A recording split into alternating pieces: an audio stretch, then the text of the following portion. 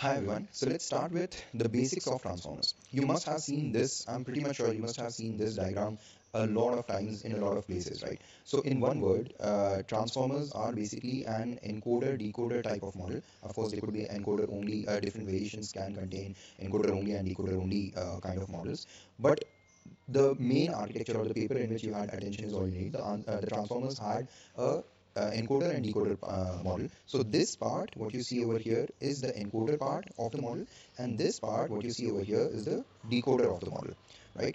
So the embeddings from the encoders will go into the decoders, and then it will give you a final probability of output. So basically, you'll give it input sentences, and then finally, from the encoder, the embeddings go to the decoder model, and from the decoder model, you expect your output probabilities. That what is the probability of the next word which should be spit out from the this particular model after the given sequence of these inputs. So that's a basic, very 10,000 feet overview, high level overview of what exactly a transformer model is. Now let's get into the details and nitty-gritties of the entire model.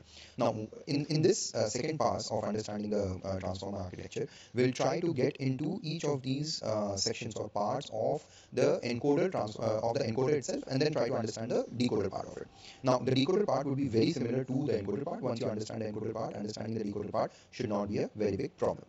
Now, let's start with the inputs. So you give it an input sentence, or in one word, what a transformer would do is, given a number of input tokens, what should be the probability of the next token or the next word output?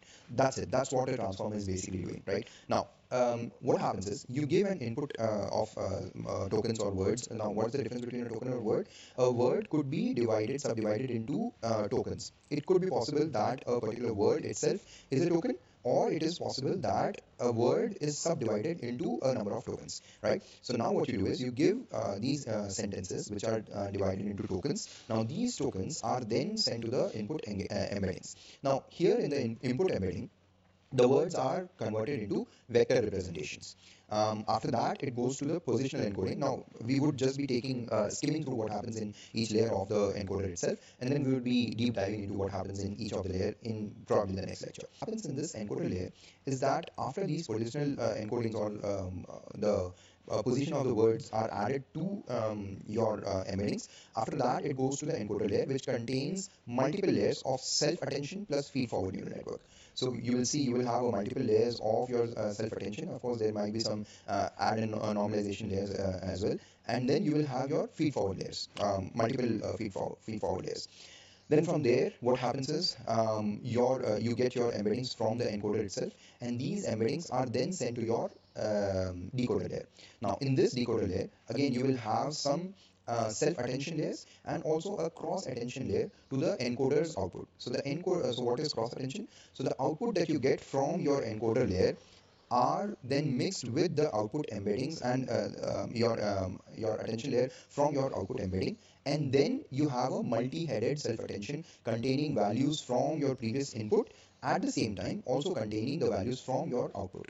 Now, with this combined, so in the decoder layer, with this combined embeddings that you have, you finally send these combined embeddings to your final output layer, and this output layer produces the translated text or generates contents or creates classification of labels. So this is just a very high level overview of what happens in a transformer model.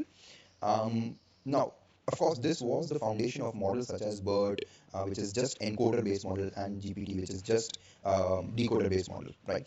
Now, in the next video, what we'll do is we'll try to get into details of each of these particular layers that are present and try to understand what happens exactly inside these layers. Now, in case if you find this a bit confusing, just go through the lecture once again and you should be able to understand it. And of course, share it with someone who might need it. Thank you.